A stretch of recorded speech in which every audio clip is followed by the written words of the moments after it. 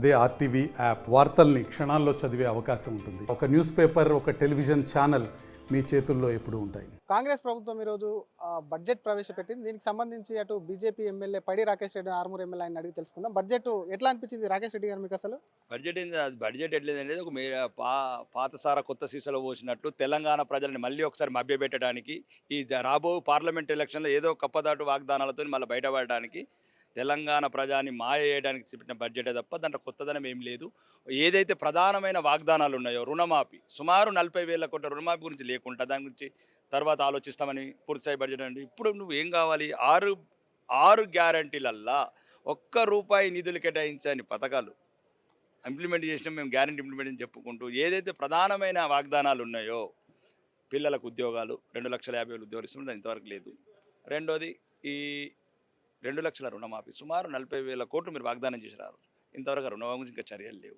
అంటే ఒక మోసపూరితమైన చర్యలతో ఈరోజు గట్టెక్కి మళ్ళీ అదే ఒకసారి మసిపూసి మారడికాయ చేసి తెలంగాణ ప్రజలను మభ్యపెట్టడానికి ఈ పార్లమెంట్ ఎలక్షన్లో గట్టెక్కడానికి చేస్తున్న ప్రయత్నం కాంగ్రెస్. మరోవైపు మీరు ఇందాక ఉత్తర తెలంగాణకు అన్యాయం జరుగుతుంది, ఒకవైపు బూట్లు తుపాకుల చప్పుళ్ళు మరొక్కసారి రాబోతున్నాయని చెప్పి కూడా అన్నారు. ఎందుకు ఇంత పెద్ద మాట అనాల్సి వచ్చింది అసలు? నేనేమంటున్నానంటే, ఇప్పుడు ముందు నుంచి కూడా మాది ఉత్తర తెలంగాణలో గర్భశోకం అనుభవించే తల్లులు ఎంతోమంది, అంటే చచ్చిండ్రు మా బిడ్డలే, పోలీసు వాళ్ళు చచ్చిండ్రు మా వాళ్ళే, నక్సలైట్లు చచ్చిండ్రు మా వాళ్ళే, ఇద్దరు మా కడుపులల్లా మా అమ్మలకు పుట్టినోళ్ళు, ఎక్కడో హైదరాబాద్ నుండి బంగారు చెంచాలు పుట్టిన వాళ్ళకు పుట్టిన పిల్లలు, పోలీసులైనా మా బిడ్డలే, నక్సలైట్లైనా మా వాళ్ళే. ఇనుప బూట్ల చప్పులతోని, తుపాకీ కాల్పులతోని తెలంగాణ తెల్లవారిన రోజులు పోయి ఈరోజు ప్రశాంతంగా ఉంటామంటే మళ్ళీ నిన్నగాక మొన్న కొడంగల్ నారాయణపేటకు 2,945 కోట్లు తీసుకెళ్తున్న ఈ ప్రస్తుత ముఖ్యమంత్రి, మొన్నగాక మొన్న ఉమ్మడి నల్గొండ జిల్లాల మంత్రులు ఇరిగేషన్ ప్రాజెక్టు నల్గొండ గురించి రివ్యూ పెట్టారు. మొన్న ఖమ్మంలో ఉమ్మడి ఖమ్మం జిల్లాలో ఉన్న కేబినెట్ మంత్రులు వాళ్ళ ప్రాజెక్టులు రివ్యూ పెట్టారు. మరి మా పరిస్థితి ఏంటి? నిజామాబాద్, ఆదిలాబాద్ పరిస్థితి అంటే ఉత్తర తెలంగాణ అవసరం లేదా? అంటే కక్ష కట్టిండ్రు ఈ ప్రభుత్వం. కాంగ్రెస్ ప్రభుత్వం అంటే మొదటి నుంచి కూడా దేశాన్ని విడగొట్టిన పార్టీ. మమ్మల్ని అన్యాయంగా 1956లో మళ్ళీ మేము ప్రత్యేకంగా మా రాష్ట్రం మమ్మల్ని ఉంటే ఈ ఆంధ్రప్రదేశ్లో కలిపిన పార్టీ, మళ్ళా మా యువకులను చంపిన పార్టీ, మళ్ళీ ఉద్యమాల రూపంలో మళ్ళీ నక్సలైట్లుగా మా పిల్లలే బాధితులైన మళ్ళా చంపిన పార్టీ.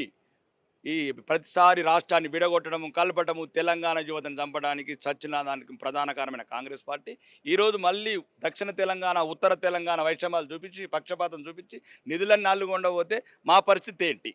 దానివల్ల ఏమంటున్నానంటే, మళ్ళీ మన నిరుద్యోగ యువత, మా వెనుకబడ్డ ప్రాంతం మళ్ళీ అక్కడ ప్రేరేపితమై మళ్ళా గతంలో జరిగిన ఆయన పరిస్థితులు వస్తే మా ప్రాంతం మళ్ళీ తల్లడిల్లుతుంది, కన్న తల్లుల మళ్ళీ గుండె కోత మిగులుతుందని నా బాధ, కడుపు కోత మిగులుతుందని. మరోవైపు ఇప్పటికే ఉత్తర తెలంగాణ అభివృద్ధి చెందింది, దక్షిణ తెలంగాణ చాలా వెనుకబడి ఉందని చెప్పి అనేక సార్లు కూడా చాలా మంది పేర్కొన్నటువంటి సందర్భాలు విశేషకులు.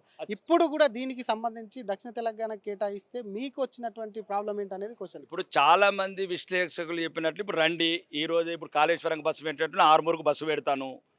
నాది సుమారు 87 పల్లెలు ఉన్నాయి. 84 పల్లెలలో 10 సంవత్సరాల నుంచి ఒక ఇల్లు లేదు, ఒక పెన్షన్ లేదు, ఒక రేషన్ కార్డు లేదు, 174 స్కూళ్ళల్లో కనీస వసతులు లేవు, హాస్టళ్ళల్లో పిల్లలు ఇప్పటికీ అసలు అద్దె కొంపలల్లా మురిగి గుంటలల్లో ఉంటున్నారు. ఇంకేం కావాలా? విద్య లేదు, వైద్యం లేదు, ఉపాధి లేదు. లక్కంపల్లి సెజ్ అయి 8 ఏళ్ళు అవుతుంది, ఇది వరకు ఒక ఇంట్రెస్ట్ లేదు.